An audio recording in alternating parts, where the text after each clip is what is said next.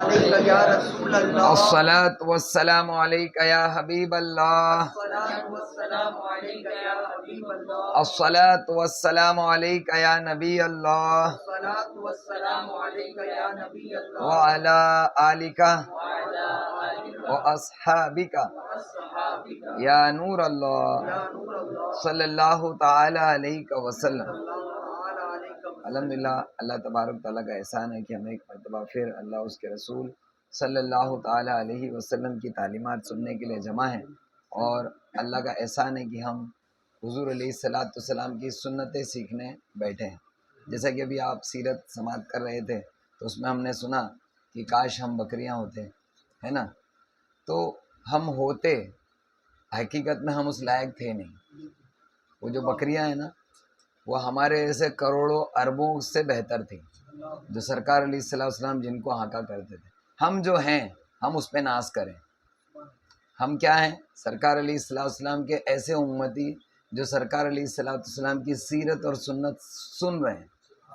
یہ تو ہیں نا، اس کا شکر ادا کریں. اللہ تعالیٰ اس میں اور مزید انشاءاللہ ہم کو برکتیں عطا فرمائے. کوشش کریں یہ جو موقع ہم کو ملا ہے اور جو اللہ تبارک تعالیٰ ہم کو نعمت عطا کر رہا ہے، اس پر عمل کر کے اور اللہ تعالیٰ کا شکر ادا کر لیں انشاءاللہ. کیونکہ یہی سب کچھ ہم سے پوچھا جائے گا. جس کو جو اللہ تعالیٰ نے ہم کو دیا ہے نا، اسی کے تعلق سے پوچھا جائے گا. اور ہم بہت ہی نصیب والے ہیں کہ اللہ تعالیٰ نے نبی کریم صلی اللہ علیہ وسلم کی سنتوں کو اور سیرت کو سننے کا ہم کو جو شرف عطا کرنا. یہ کوئی معمولی شرف نہیں ہے، بہت بڑی بات ہے. تو اس کی اہمیت کو سمجھیں انشاءاللہ تعالیٰ. اور کچھ ایسے بھی ہوں گے کہ اگر آپ سنی دعوت اسلامی کے بہت اور ایسے علاقے ہیں کہ جن کے اندر ایسے اجتماعات وغیرہ اویلیبل نہیں ہیں ان کو، لیکن شوق رکھنے والے لوگ ہیں. آپ جا کر ان کو پوچھو تو کہیں گے ارے جیسے یہاں پر کچھ لوگ آتے ہیں کبھی یہاں وہاں سے جو ایس ڈی آئی کے ٹچ کے ہوتے ہیں، تو یہاں پر دیکھتے ہیں کہ روزانہ درس ہوتا ہے سب کچھ، تو بہت خوش ہوتے ہیں. بولے ارے آپ لوگ کو تو بہت اچھا ہے. لیکن جو لوگ یہاں پر ہیں ان کو، وہ اس کو گھر کی مرغی دال برابر سمجھتے ہیں. تو اللہ کے واسطے اس کی اہمیت کو سمجھو.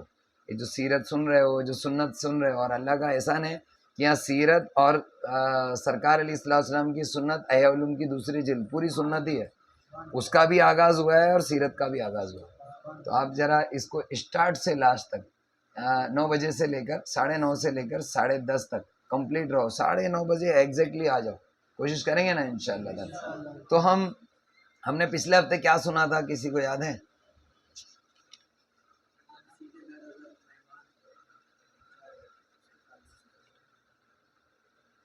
آداب ضیافت میں ہم نے سنا تھا کہ کوئی شخص کسی کے گھر جائے، یعنی مہمان بن کر جائے، تو کیا کرنا چاہیے اور کیا نہیں کرنا چاہیے. ٹھیک ہے نا. تو میزبان کے یہاں مہمان کے جانے کے آداب ہم نے سماعت کیے تھے، اور اس کے بعد ہمیں کھانا پیش کرنے کے آداب سننا تھا. ٹھیک ہے نا. کھانا پیش کرنے کے آداب بہت ہی انٹرسٹنگ ہے. یاد رکھیے جو بھی کچھ ہم سنیں گے احیاء علوم سے. احیاء علوم وہ کتاب ہے کہ جو ہم کو نبی کریم صلی اللہ تعالی علیہ وسلم اور صحابہ اکرام کا دور یاد دلاتی ہے، اور اس کی بہترین عکاسی کرتی ہے، پکچرائز کرتی ہے یہ کتاب. سمجھ میں اسی دور، کاش اس دور میں ہم نے جنم لیا ہوتا کہتے ہیں نا، تو ہم کو یہ دور دکھ رہا ہے الحمدللہ. تو یہ جو دور ہے اس کو آپ یہاں سے سمجھ سکتے ہیں. یہ احیاء علوم اس دور کی ایک کھڑکی ہے جس میں سے جھانک کر ہم اس دور کو دیکھ سکتے ہیں، اور جب سمجھیں گے تو اس پر عمل بھی کریں گے انشاءاللہ تعالی.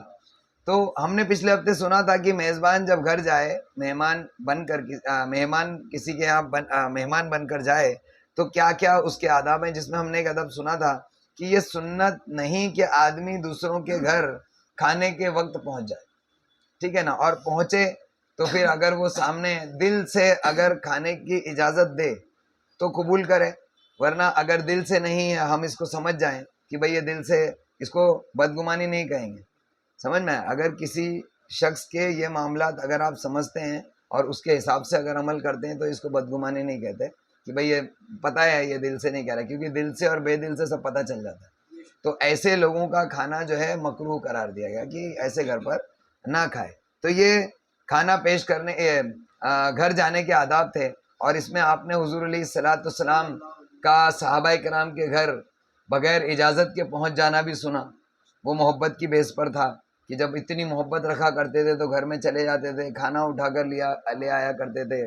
صحابہ کرام اور تابعین تبا تابعین کا بھی یہ معاملہ تھا. اب یہ محبتیں بچی نہیں الا ماشاء اللہ. تو اگر ہو سکے تو ہم بھی چند دوست ایسے بنائیں کہ جن کے ساتھ واقعی ایسی دوستی ہو. ٹھیک ہے نا؟ تو یہ ہم نے سنا تھا اور یہ میں نے آپ کو صرف ریپیٹ اس لیے کیا تاکہ یاد آ جائے. اب دوسرا ہے کہ جب ہم کسی کے یہاں پہنچ ہی گئے تو کھانا پیش کرنے کے آداب کیا ہیں.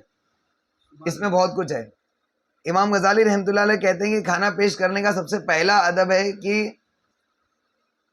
سب سے پہلے تکلف کو چھوڑ دے، تکلف نہ کرے، جو کچھ ہے وہ حاضر کر دے، اور جو کچھ اس کے پاس نہ ہو اس کے لیے قرض نہ لے اور پریشان نہ ہو. اور کچھ لوگ ایک زاہد کے پاس گئے، ایک واقعہ ہے، کچھ لوگ ایک زاہد کے پاس گئے اور وہ کھانا کھا رہے تھے. انہوں نے فرمایا اگر میں نے یہ کھانا بطور قرض نہ لیا ہوتا تو اس سے تمہیں بھی کھلاتا. زاہد تھے، زاہد عبادت گزار، دین کی سمجھ رکھنے والا زاہد ہوتا ہے.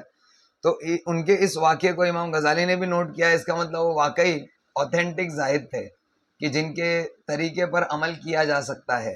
تو پتہ چلا. اور اگر ان کے اس طریقے کو امام غزالی نے صحیح سمجھا تبھی درج کیا ہے نا. تو جو کچھ امام غزالی درج کریں سمجھ لینا اس میں امام غزالی کی بھی مرضی ہے نا. اور حجت الاسلام اگر کسی کام کے کرنے کی ترغیب دیں اور کسی چیز کو صحیح کہیں تو ہمارے لیے بھی وہ صحیح ہو جائے گا. تو کہتے ہیں کہ انہوں نے بطور قرض لیا تھا کھانا، تو آنے والوں سے کہہ دیا کہ بطور قرض نہ لیا ہوتا تو میں تم کو بھی اس میں سے کھلاتا. تو پتہ چلا اس میں کوئی برائی والی بات نہیں ہے کہ اگر آپ کسی کو کھانے میں شامل نہیں کرنا چاہتے تو تکلف نہ کریں اور اس کو کھانے کے لیے نہ کہیں، اس میں کوئی مذائقہ نہیں. اب دوسری طرف جس کو نہ کہا جائے وہ بھی اس چیز کا خیال رکھے کہ اس میں برا ماننے والی بات نہیں ہے، کیونکہ ہم اچانک آ گئے ہیں اور اس وقت میں سامنے والے کے کیا حال ہے. پہلی بات ہم نے یہ غلطی کی کہ اس کے گھر اچانک آئے، کیونکہ اچانک جانا نہیں چاہیے تھا. تو ہم کو اپنی غلطی کی طرف دھیان دینا چاہیے، نہ کہ میں آیا اور کھا رہا ہے تو دیکھو پوچھ بھی نہیں رہا ہے. اس طریقے کا نہیں سوچنا چاہیے. تو یہ ایک چیز سیکھیں کہ کسی کے گھر جائیں تو کھانا پیش کرنے کے معاملے میں تکلف نہیں کرنا ہے. ایک بزرگ نے فرمایا کہ مجھے اس بات کی پرواہ نہیں کہ میرے پاس میرا کون مسلمان بھائی آتا ہے، کیونکہ میں اس کے لیے تکلف نہیں کرتا. اس کا مطلب سمجھے؟ یعنی جب کوئی شخص تکلف نہیں کرتا تو وہ کسی کے بھی آنے سے ڈرتا نہیں اور وحشت محسوس نہیں کرتا. سوچتا ہے نا انسان، ارے کبھی بھی اچانک بھی کوئی بھی اٹھ کر چلا آتا ہے. تو جب تم تکلف نہیں کرو گے تو کسی کا بھی آنا تم کو برا نہیں لگے گا، اور جب کسی کا آنا تمہیں برا نہیں لگے گا اس کا مطلب محبت قائم ہوگی. اسی لیے تکلف کرنے سے منع کیا گیا. ٹھیک ہے نا؟ تو ہم کو چاہیے کہ ہم تکلف نہ کریں اور ایک دوسرے سے محبت رکھیں. کسی بزرگ نے فرمایا کہ میں اپنے ایک بھائی کے پاس جایا کرتا تھا تو وہ میرے لیے تکلف کرتا، تو میں نے اس سے کہا نہ تو اکیلا یہ کھانا کھاتا ہے اور نہ میں، تو کیا وجہ ہے کہ جب ہم اکٹھے ہوں تو یہ کھانا کھائیں. یعنی ایسا کھانا کہ جو پیش کیا کہ جو مطلب کھانا بتکلف لایا گیا. انہوں نے کہا کہ میں بھی اکیلے میں کبھی اتنا اچھا کھانا نہیں کھاتا ہوں، تم بھی اکیلے میں نہیں کھاتے، تو یہ کیا وجہ ہے کہ جب ہم دونوں جمع ہوئے تو ایسے کھانے کے لیے تکلف کرنے کی کیا ضرورت ہے. پتہ چلا کہ جو نارملی تم کھاتے ہو اسی کو پیش کر دو. ایک روایت میں ہے کہ ایک شخص نے حضرت علی رضی اللہ تعالیٰ عنہ کی دعوت کی تو آپ نے فرمایا کہ میں 3 شرائط پر تیری دعوت قبول کروں گا.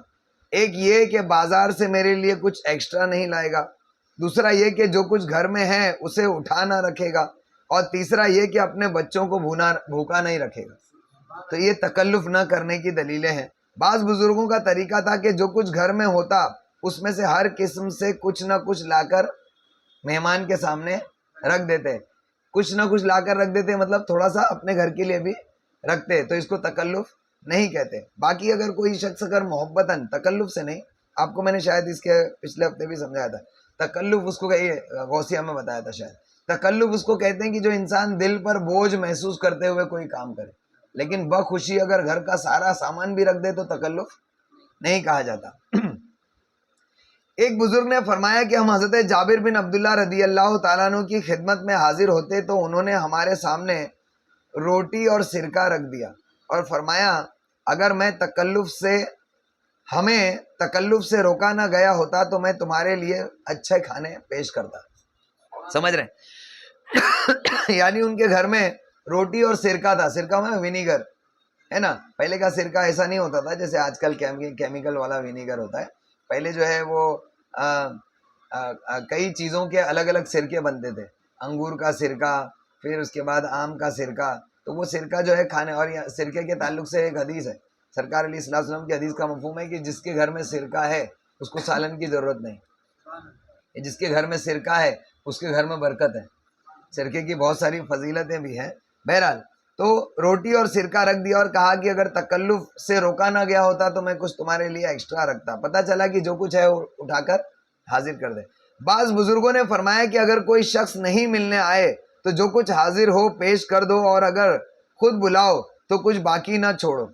حضرت سلمان رضی اللہ تعالیٰ عنہ فرماتے کہ رسول کریم صلی اللہ تعالیٰ علیہ وسلم نے ہمیں حکم دیا کہ ہم مہمان کے لیے اس چیز کا تکلف نہ کریں جو ہمارے پاس میں ہے، جو ہے اس میں تکلف نہ کریں، اور جو کچھ حاضر ہے اس کے سامنے رکھ دیں، جو کچھ اس میں سے میسر ہے رکھ دیں.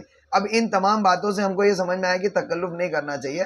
حضرت یونس علیہ السلام کے حالات میں منقول ہے کہ ان کے دوستوں نے ان سے ملاقات کی تو انہوں نے ان کے سامنے روٹی کے ٹکڑے، روٹیاں نہیں، روٹی کے ٹکڑے اور جو ساگ وہ خود انہوں نے بویا تھا وہ ان کے سامنے رکھ دیا. پھر ان سے فرمایا کھاؤ، اگر اللہ تعالیٰ نے تکلف کرنے والوں پر لعنت نہ کی ہوتی تو میں تمہارے لیے کچھ تکلف کرتا. اب پتہ چلا کہ تکلف کرنے والے پر لعنت ہے. یہ اتنی زیادہ تکلف کے اوپر زور کیوں ہے؟ کیونکہ تکلف کی وجہ سے انسان کی دوستی خراب ہوتی ہے، تکلف کی وجہ سے دوستی خراب ہوتی ہے، محبتیں کم ہوتی ہے. اللہ تعالیٰ نے کسی بھی ایسے کام کو بہت ناپسند کیا ہے جس سے تمہارے آپسی محبتیں ختم، تو اس کا بہت زیادہ خیال ہم لوگوں کو رکھنا ہے. اور یہ حضرت یونس علیہ السلام کے وقت کی نقل ہے یہ روایت. تو پتہ چلا کہ یہ صرف سرکار علیہ الصلوۃ والسلام کی شریعت میں نہیں ہے، یہ اخلاقیات جو ہے، یہ سماجک جو چیزیں ہیں، یہ آدم علیہ السلام سے لے کر ہیں، یعنی تمام نوع انسانی کے لیے. حضرت انس بن مالک رضی اللہ تعالیٰ عنہ اور دیگر صحابہ کرام رضی اللہ تعالیٰ عنہ کے پاس جو کچھ حاضر ہوتا، خشک روٹی کے ٹکڑے اور خشک معمولی قسم کی کھجور، وہ بھی مہمان کے آگے رکھ دیتے اور اس میں تکلف نہ کرتے، اور فرماتے کہ ہمیں معلوم نہیں دو میں سے کون زیادہ گنہگار ہے. دیکھو کیسا سامنے والے کو سمجھانے کے لیے کہ ہمیں نہیں پتا کہ ایسے دو لوگوں میں سے کون زیادہ گنہگار ہے، جو پیش کیے گئے کھانے کو برا جانے وہ زیادہ گنہگار ہے، یا جو اپنے پاس موجود کھانے کو پیش کرنا اچھا نہ سمجھے وہ زیادہ گنہگار. یعنی انہوں نے بتا دیا کہ یہ تم کو اس کو برا بھی نہیں جاننا چاہیے، اور میں ان میں سے ہوں کہ کھانے کو پیش کرنے کو برا نہیں جانتا ہوں. سمجھ میں آیا؟ میں نے رکھ دیا جو بھی کچھ میرے پاس تھا، تو ایسا شخص جو اس کو برا جانے وہ بھی گنہگار ہے، اور جو کھانے کو حقیر جانے وہ بھی برا ہے. تو دونوں تم کو کھا لینا چاہیے جو میں نے رکھا ہے. یہ دکھا جائے تو دیگر الفاظوں میں انہوں نے اس چیز کو بتایا. تو یہ پہلا ادب کھانا پیش کرنے کے تعلق سے سمجھ میں آئے کہ ہم کو جو ہے جو کچھ ہے وہ پیش کر دینا نہیں ہے. تو ارے آج آپ یہ وقت پہ آئے ہیں، دیکھو نا کچھ اتفاق کی بات کچھ ہے بھی نہیں، ہے نا، پانی وغیرہ پلانے کے بعد یہ کہہ دیں نارمل، کوئی مسئلہ نہیں. جو برا جانے وہ اپنی دین کو سمجھے کہ اس کی برائی ہے کہ اگر وہ اس کو برا سمجھتا ہے، آپ نارملی بول دیں اور پھر بالکل بے فکر ہیں. اب دوسرا ادب یہ ہے کہ آنے والے سے متعلق ادب ہے کہ وہ میزبان سے کسی چیز کا مطالبہ نہ کرے، کچھ بھی مانگے نہیں کہ بھائی کبھی کوئی تکلیف میں پڑ جائے، اور نہ زبردستی کرے. بعض اوقات میزبان کے لیے اس چیز کا حاضر کرنا مشکل ہو جاتا ہے جو اس سے مانگی جاتی ہے. اگر اس کا میزبان بھائی اسے دو کھانوں میں سے ایک کا اختیار دے تو اسے اختیار کرے جس کا حصول میزبان کے لیے آسان. یہ ہم لوگوں کے لیے، ہم کہیں بھی اگر جائیں تو کبھی بھی ڈیمانڈ نہ کریں، اور اگر میزبان اگر کہے کہ بھئی یہ ٹھنڈا لوگے یا گرم، تو دیکھو کہ بھئی سامنے والے کے لیے کیا آسانی ہے نا، وہ کام کرے. اور یہ صرف کھانے کے معاملے میں نہیں ہے، ہر معاملے میں آسانی کرنا چاہیے. آج کل کا معاملہ ایسا ہے کہ اگر آپ لوگوں کے لیے آسانی کرو تو لوگ تمہارے لیے مشکلیں کھڑی کر دیتے، لیکن سنت کا ثواب آپ کو ملے گا. ٹھیک ہے نا، جو کرنے والا وہ اپنا حال جانے، اپنی آخرت جانے، لیکن تم لوگوں کے لیے آسانی پیدا کرو، کیونکہ سرکار علیہ الصلوۃ والسلام کا حکم ہے، میرے آقا کا حکم ہے کہ آسانی پیدا کرو، دشواری پیدا نہ کرو. کیا پیارے الفاظ ہیں میرے سرکار کے، اور میرے سرکار نے جو کہہ دیا ہمارا اس پر عمل ہونا چاہیے. آسانی پیدا کرو، دشواری پیدا نہ کرو.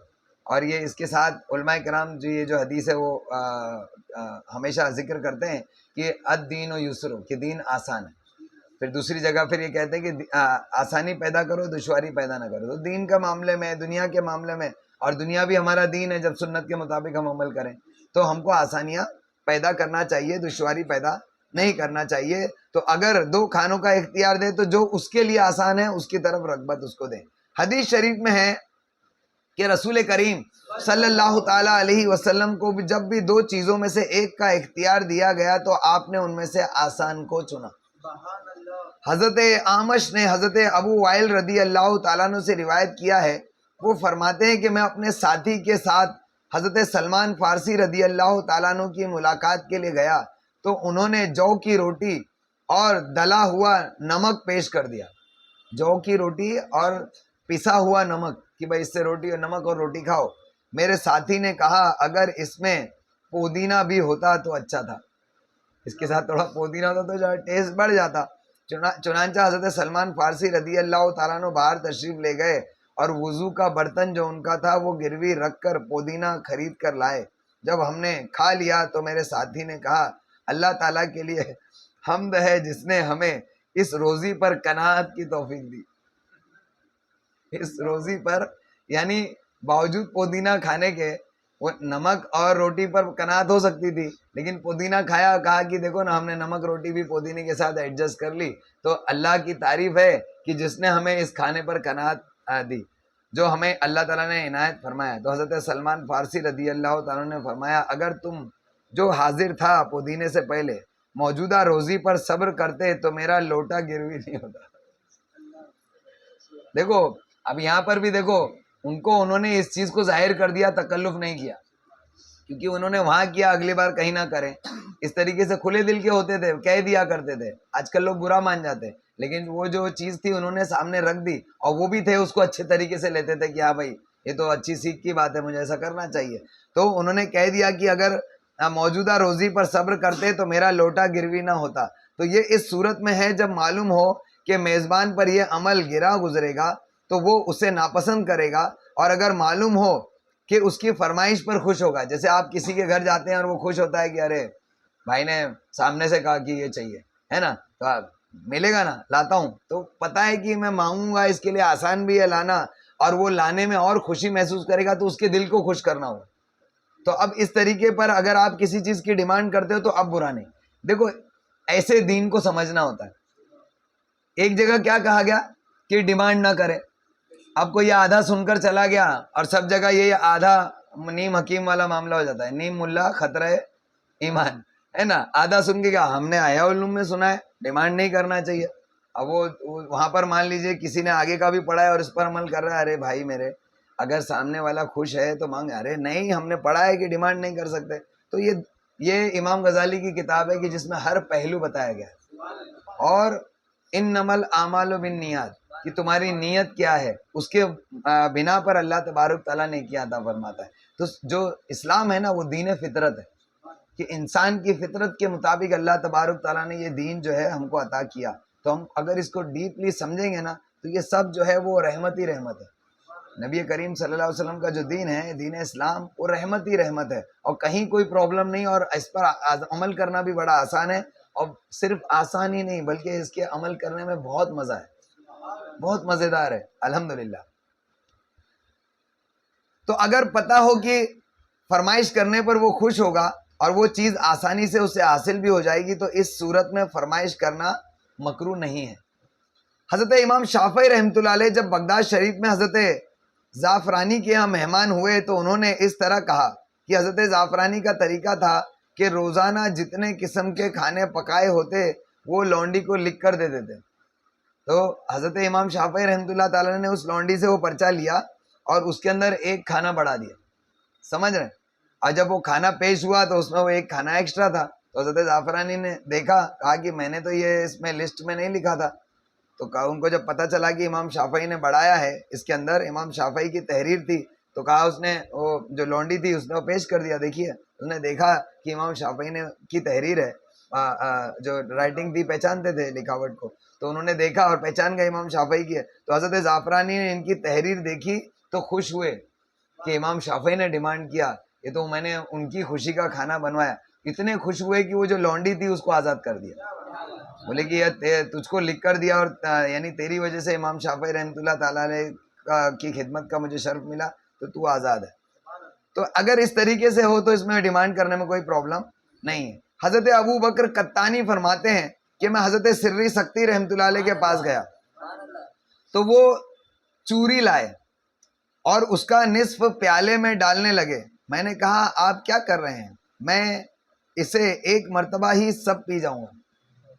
سمجھ میں؟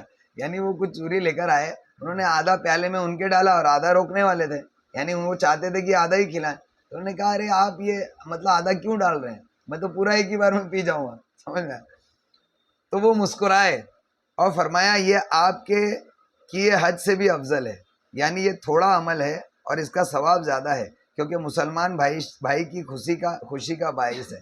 یعنی آپ کے لیے یہ بہتر ہوتا ہے کہ آپ اس پر صبر کر کے, یعنی کیا اسی لیے نہ زیادہ نہیں بولنا چاہیے ہے نا, اور خاص کر جب کسی کے مہمان نوازی میں جائے نا تو بہت خیال رکھنا چاہیے کہ ہم کہاں کیا بول رہے ہیں. یہاں تک کہ ایسا بھی دیکھا جاتا ہے کہ ہم کسی کے یہاں مہمانی میں گئے اور جیسے مان لیجئے کوئی کسی شخص نے ہمیں میلاد میں یا نیاز کے لیے بلایا, جیسے کوئی کمیٹی والے ہوتے ہیں نیاز وغیرہ کے لیے بلاتے ہیں, تو سنی دعوت اسلامی کے مبلغین کو بھی بلا لیا کہ بھائی آپ لوگوں کی بھی دعوت ہے. ہم لوگ بڑی خوشی سے کہ آج دعوت ہے اور اسپیشلی SDI کی وجہ سے ہماری عزت کی گئی ہے, ہم کو جا کے کھانا ہے نا. سب امامہ وغیرہ باندھ کے اور باقاعدہ جا کر ایک گروپ میں بیٹھتے ہیں کہ آج نہ میلاد ہے اور نہ بیان کرنا ہے, یعنی آج محنت نہیں ہے, آج صرف صلہ ہے نا, صرف کھانا ہی کھانا ہے. تو جا کر بیٹھ کر کھائے اور خوب بوٹی اور ٹانگ اور اس کی باتیں. تو ہم کو یہ دیکھنا چاہیے کہ آس پاس کے لوگ جو ہیں ان کی پوری نظر امامے والوں پر ہوتی ہے, اور ہم اگر وہاں پر بیان کا موقع نہیں مل رہا ہے, نعت پڑھنے کا موقع نہیں مل رہا ہے, تو اس سے بھی بڑا موقع عمل کر کے دکھانے کا ہے, وہ ہمارے دھیان میں نہیں رہتا. سمجھنا؟ اور ہمیں عمل دکھانے کے لیے کرنے کی کیا ضرورت ہے؟ یہ اور افسوس کی بات ہے کہ ہمیں دکھانے کے لیے عمل کرنا پڑتا ہے. ہمارا عمل ہونا ہی ایسا چاہیے کہ آپ کے ساتھ کوئی بیٹھے تو کھانے کا طریقہ سیکھ لے. بولے کیا ماحول ہے. اور پتہ ہے یہ معمولی ہم سمجھتے ہیں کہ لوگ, کوئی شخص اگر تمہاری محفل میں بیٹھا اور اسے صرف تمہارے کھانے پینے کا طریقہ بھی پسند آیا نا, ہو سکتا ہے کہ یہ ایک وجہ سے وہ ہماری تحریک سے جڑ جائے, ہو سکتا ہے کہ وہ سنتوں کا پابند ہو جائے. وہ دیکھے کہ یہ نوجوان لوگ ہے نا, 12-14 سال کی عمر سے لے کے 25-30-35 سال کے جو لوگ ہیں, نوجوان ہیں اور سنتوں کے عامل ہیں اور سرکار علیہ الصلوۃ والسلام کے طریقے پر عمل کرتے ہیں. وہ لوگ جو الٹے سیدھے ماحولوں کے اندر یہاں وہاں زندگی گزار رہے ہیں, وہ الٹے سیدھے لوگوں کے ساتھ ان کے وقت گزرتے ہیں, وہ ان لوگوں کو تشفی نہیں ملتی ہے. ایسے لوگوں کے ساتھ دن رات جن کی کٹتی ہے نا, ان کو اچھا نہیں لگتا. ان کو اچانک جب یہ ماحول ملتا ہے تو ایک فرحت محسوس ہوتی ہے, خوشی محسوس, یار یہ بھی ایک لوگ ہیں اور یہ بھی, ان کی بھی ایک دنیا. تو وہ ہو سکتا ہے اپنی دنیا بدلنے کی نیت کر لے. تو ہمارا کام ہے کہ ہم عمل کے ذریعے, تو سنتیں معلوم ہوں گی تو وہاں پر سنتیں پر عمل کریں گے انشاءاللہ تعالی. تو بعض بزرگوں نے فرمایا کہ کھانا 3 قسم کا ہوتا ہے. ایک فقراء کے ساتھ ہو تو ان کو ترجیح دینا چاہیے, دوستوں کے ساتھ ہو تو خوشی خوشی, اور دنیا داروں کے ساتھ ہو تو ادب کی صورت میں. دیکھو ایگزیکٹلی میں نے یہ پہلے نہیں پڑھا تھا, اب جو بتا رہا ہوں وہی امام غزالی فرما رہے. کیا کہتے ہیں؟ کھانا 3 قسم کا ہوتا ہے. فقراء کے ساتھ ہو, اگر تم اپنے سے دنیاوی معاملے میں کمتر لوگوں کے ساتھ بیٹھتے ہو, کمزور, پیسے کے اعتبار سے کمزور لوگوں کے ساتھ بیٹھتے ہو, تو ان کو اتنی عزت دو, اتنی عزت دو, اتنی عزت دو کہ وہ خوش ہو جائے. کیونکہ غریب آدمی عزت کا بھوکا ہوتا ہے. اس کو اگر تم نے عزت دی تو سمجھ لینا کہ تم اس کو عزت دینے کے ذریعے دین کی طرف, اللہ تعالیٰ کی طرف تم اس کو دعوت دے رہے ہو. اس کو بڑی خوشی ہوتی ہے کہ دیکھو کتنا. میں نے کتنے لوگوں کو ایسا دیکھا ہے کہ بڑے بڑے پیر لوگ, الحمدللہ ایسے ایسے بھی لوگ موجود ہیں کہ یعنی ایسے لوگ بھی پیر گزرے کہ جن کے پاس کوئی شخص آیا, ان کے ساتھ بیٹھ کر کھانا کھا لیا, انہوں نے اس کو پیار محبت دی, ان کا مرید بن گیا, پوری لائف چینج ہو گئی. ایسا بھی ہوتا ہے. تو یہ عمل کرنے والوں کے اوپر ہوتا ہے, سنتوں پر جو عمل کرتا ہے. تو ایک فقراء کے ساتھ ہو تو عزت دے, اور دوستوں کے ساتھ کھائے تو خوشی خوشی. اب سب دوست ہیں ایک جیسے ہی ہیں تو خوشی خوشی, اور دنیا داروں یعنی اپنے علاوہ جو غیر جان پہچان کے لوگوں کے درمیان میں ہو تو ادب سے کھائے. یہ امام غزالی کی تعلیمات. تو ہم کو اس کا خیال رکھنا چاہیے. ہم سوچتے ہیں کہ یہ دوست ہم سب ساتھ میں ہیں. ابھی جو میں نے بتایا کمیٹی والوں نے دعوت کی اور ہم سب دوست ساتھ میں ہیں, ہم تو سوچتے ہیں خوشی خوشی ایک عمل کرتے ہیں صحیح کہ خوشی خوشی کھانا چاہیے, لیکن وہاں دوسرے لوگ بھی ہیں نا, تو خوشی خوشی کے ساتھ ادب بھی کرنا ہے انشاءاللہ. تو یہ 2 ادب ہو گئے, کھانا پیش کرنے کے, تکلف نہ کرے اور دوسرا کیا تھا؟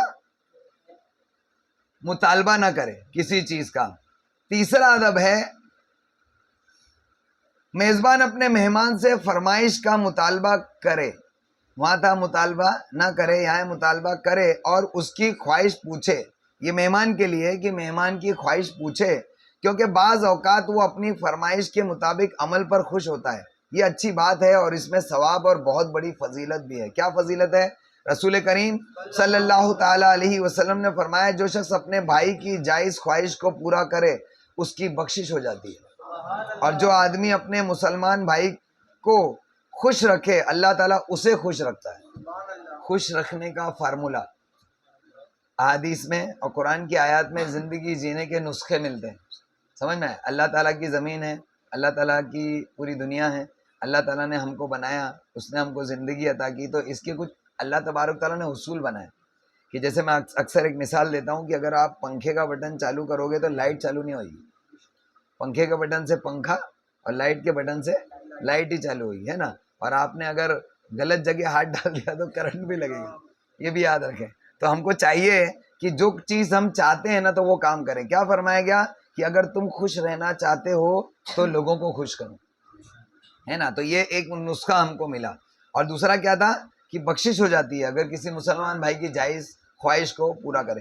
حضرت جابر رضی اللہ تعالیٰ عنہ سے روایت ہے کہ نبی کریم صلی اللہ تعالیٰ علیہ وسلم نے فرمایا جو شخص اپنے بھائی کی پسند کے مطابق اسے لذت پہنچاتا ہے تو اللہ تعالیٰ اس کے لیے 10 لاکھ نیکیاں لکھ دیتا ہے، اس سے 10 لاکھ گناہ مٹھا دیتا ہے، اس کے 10 لاکھ درجات بلند کرتا ہے، اور اسے اللہ تعالیٰ 3 جنتیں یعنی جنت الفردوس، جنت عدن اور جنت الخلد سے اللہ تعالیٰ اس کو کھلاتا ہے۔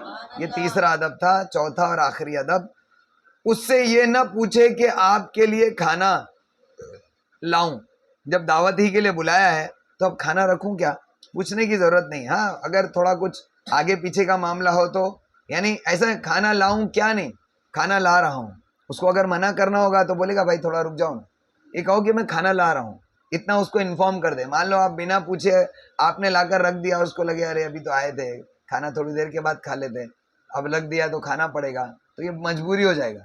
تو میں کھانا لا رہا ہوں کہو گے، لانے سے پہلے تو یہ اجازت لینے کی طرح ہوگا، لیکن اب آپ کہو گے کھانا لاؤں کیا، تو وہ سوچے گا اگر میں کہوں گا ہاں لاؤ تو یہ کیا سوچے گا، بولے اس کو بہت جلدی ہے۔ دیکھو الفاظوں سے کتنا فرق پڑتا ہے نا، میں کھانا لا رہا ہوں اس طریقے سے کہے تو بولا ارے بھائی رک جاؤ، اس کو رکانا ہوگا تو تھوڑی دیر کے بعد لے آنا، تو اس میں منع کرنے میں اور رکانے میں وہ شرم محسوس نہیں کرے گا۔ لیکن اگر آپ کہیں گے کیا لاؤں کیا تو لانے منگانے کے لیے شرم محسوس کر سکتا ہے۔ اتنا زیادہ خیال رکھا گیا اسلام میں۔ حضرت سفیان ثوری رحمۃ اللہ علیہ فرماتے ہیں کہ جب تمہارا بھائی تمہیں ملنے آئے تو اس سے یہ نہ کہو کہ کیا تم کھانا کھاؤ گے یا میں کھانا پیش کروں، بلکہ کھانا رکھ دیا جائے، کھائے تو ٹھیک ورنہ اٹھا لو، اور اگر ان کو کھانا کھلانا نہیں چاہتا تو ان کے سامنے اظہار نہ کرے اور بیان بھی نہ کرے، کھانے کی بات ہی نہ، کھلانا نہیں ہے نا تو اس کی بات ہی مت کرو، ٹھیک ہے نا۔ حضرت سفیان ثوری رحمۃ اللہ علیہ فرماتے ہیں کہ جو کھانا تم خود کھاتے ہو اگر بچوں کو کھلانا نہیں چاہتے تو ان سے بیان بھی نہ کرو اور نہ ہی انہیں دکھاؤ، بچوں کو خاص کر، کیونکہ بچوں کو کیا رہتا ہے کہ جب کسی کھانے کے بارے میں سنتے ہیں نا تو ان کے اندر شوق پیدا ہو جاتا ہے نا، اور شوق پیدا ہو گیا اس کے بعد نہیں کھلاؤ گے تو یہ دل آزاری کا سبب ہوتا ہے۔ بعض صوفیاء کرام نے فرمایا جب تمہارے پاس فقراء آئیں تو ان کے سامنے کھانا رکھو، اور جب فقہاء آئیں تو ان سے مسئلہ پوچھو، علم والے آئیں تو ان سے مسئلہ پوچھو، غریب آئیں تو ان کے سامنے کھانا رکھو، اور جب قاری آئیں تو ان کو جا نماز دے دو۔ قاری جو آتے ہیں وہ مطلب وہ جو قرآن پاک پڑھنے والے جو آتے ہیں زیادہ تر جو ہے نمازوں میں پڑھتے ہیں تو ان کو پیش کر دو۔ آج کل ایسا نہیں ہے معاملہ، اب وہ پچھلے زمانے کی باتیں تھیں، ہے نا۔ اللہ تبارک تعالیٰ ہم کو بھی ایسا عمل کرنے کی توفیق عطا فرمائے۔ تو یہ کھانا پیش کرنے کے آداب تھے۔ اب آداب ضیافت جو ہے اگلے ہفتے انشاءاللہ تعالیٰ ہم شروع کریں گے۔ اللہ تبارک تعالیٰ سے دعا ہے اللہ تبارک تعالیٰ کہنے سننے سے زیادہ ہم سب کو عمل کرنے کی توفیق عطا فرمائے۔ نبی کریم صلی اللہ تعالیٰ علیہ وسلم کی سنتوں سے میرے مولا ہم سب کو محبت عطا فرما۔ میرے مولا حضور علیہ الصلوۃ والسلام کی سنتوں کو سیکھنے کا شوق عطا فرما۔ حضور علیہ الصلوۃ والسلام کی سنتوں پر عمل کرنے کا شوق عطا فرما۔ حضور علیہ الصلوۃ والسلام کی سنتوں کے مطابق زندگی گزارنے میں فخر کرنے کی توفیق عطا فرما، فخر محسوس کرنے کی توفیق عطا فرما۔ میرے مولا نبی کریم صلی اللہ تعالی علیہ وسلم اور تیرے محبوبان بارگاہ کا اسوہ حسنہ ہم سب کو عطا فرما، ان کا نقش قدم عطا فرما۔ میرے مولا حضور علیہ الصلوۃ والسلام کے صدقے میں ہمارے دلوں سے دنیا اور مال کی محبت کو نکال دے۔ میرے مولا ہمیں غیروں کے طریقے سے بچنے کی توفیق عطا فرما، ہمیں غیروں کے طریقے سے نفرت عطا فرما، ہمیں خلاف سنت عمل کو گناہ سمجھنے کی توفیق عطا فرما۔ نبی اکرم صلی اللہ تعالی علیہ وسلم کے صدقے میں ہمارے دلوں کو اپنی محبت کا گہوارہ بنا، دن رات تیری یاد میں رہنے کی توفیق عطا فرما، زندگی کو سنتوں کے مطابق گزارنے کی توفیق عطا فرما۔ میرے مولا تجھے یاد کرتے کرتے موت عطا فرما، سنتوں پر عمل کرتے کرتے موت عطا فرما، سنتوں کو پھیلاتے پھیلاتے موت عطا فرما۔ نبی کریم صلی اللہ تعالی علیہ وسلم کا دیدار خواب میں عطا فرما، موت کے وقت عطا فرما، قبر میں عطا فرما، حشر کے میدان میں عطا فرما، جنت میں حضور علیہ الصلوۃ والسلام کا ساتھ نصیب فرما، ایمان کے ساتھ مدینے میں موت عطا فرما، جنت البقیع میں قبر عطا فرما۔ سبحان ربک رب العزت عما یصفون وسلام علی المرسلین والحمد للہ رب العالمین۔